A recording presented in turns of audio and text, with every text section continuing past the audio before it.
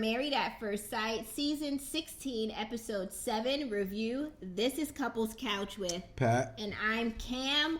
Often imitated, never duplicated. This week's episode is called Jamaican Me Crazy. We have already done a live review, but this is just a special reminder to go on over and check out our full live review of this week's episode. This episode... Click the link, go see what's Wagwan. Wagwan. Jamaican, you need to brush up on the joke. I don't want to get too good. I want everybody to know I'm trying. Sign of respect. Thank you. I appreciate that, though. I do appreciate that. All right, so the show highlights the couple still in Jamaica working through their issues. Gina and Clint still got some issues going on about what was actually said from what was actually heard. Ain't no issue with what was actually said. He apologizing for nothing he never said. Then we have Chris in his honeymoon suite bawling, and we all figuring out what happened, who died. What could it be that you're crying about? Come to find out, it's a dog. That's right, a D-O-G. Cry because he can't keep his dogs. They got 3 dogs between the both of them, and only 2 dogs are allowed at the apartment. So he's sitting there bawling his eyes out because he says he doesn't know what he can do, and he has to have his dog, and he can't be without his dog. I think as a grown adult, this is a terrible way to solve your problems, to sit down and just cry in front of your wife, too.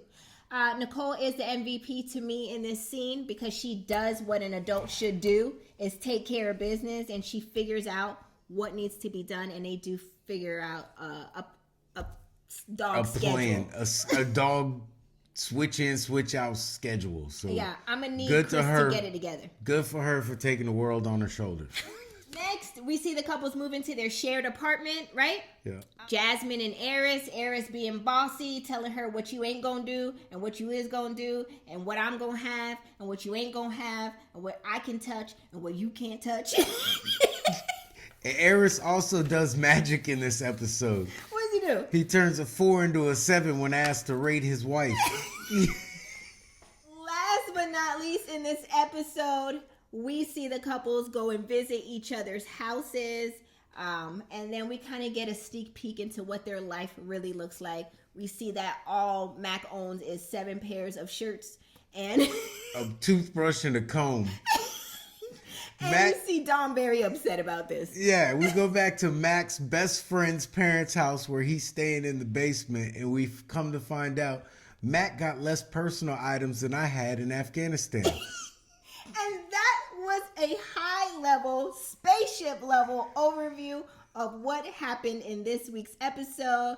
But I encourage you to please, if you want all the good tea and all of our shenanigans, stop what you're doing right now. Click the comment section. It's the first link pinned to the top of our full review of this week's episode, Episode 7 of Married at First Sight. Thank you guys so much for tuning in with us every week. The real Couples Couch. With Pat and Cam. Hey, perfect. Be sure to hit the like and the subscribe button to support our channel. The more you hit like, we'll push our reach further across YouTube. Also, be sure to shop our merch. And we thank you guys so much for all of your support. And we will see you in next week's episode. Bye, everybody. I got to give the people what it's supposed to have gave.